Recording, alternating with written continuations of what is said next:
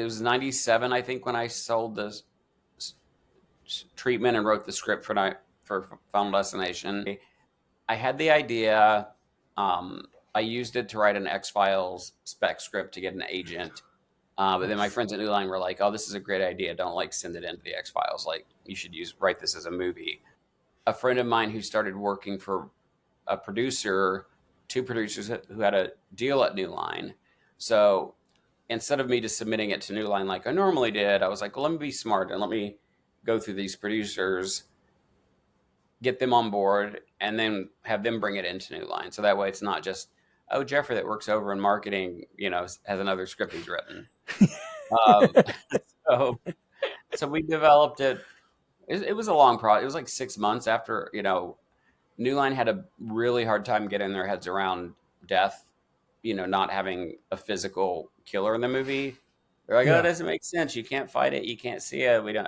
And we're like, that's the whole point. That's what makes it, different.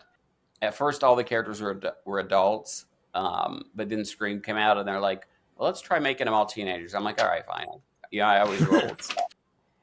And then finally, I did kind of cave a little bit and gave them like, during the final fight, you saw like this kind of black, like nebulous kind of entity thing show up. And they were still like, we're not sure about this. And finally the producers were like, well, we're going to take it to Miramax if you guys pass on it, if you don't pick it up. And they're like, oh, we'll buy it. Buy it. So yeah, once they got it, I have to say they pretty much fast tracked me.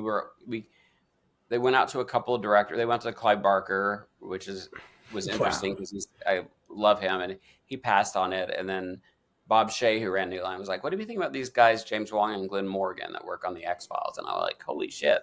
Like they're great. I love." Talk about a full circle. You're gonna send it into them, and then that's pretty funny. Yeah, and it was very serendipitous that it went back to them. So.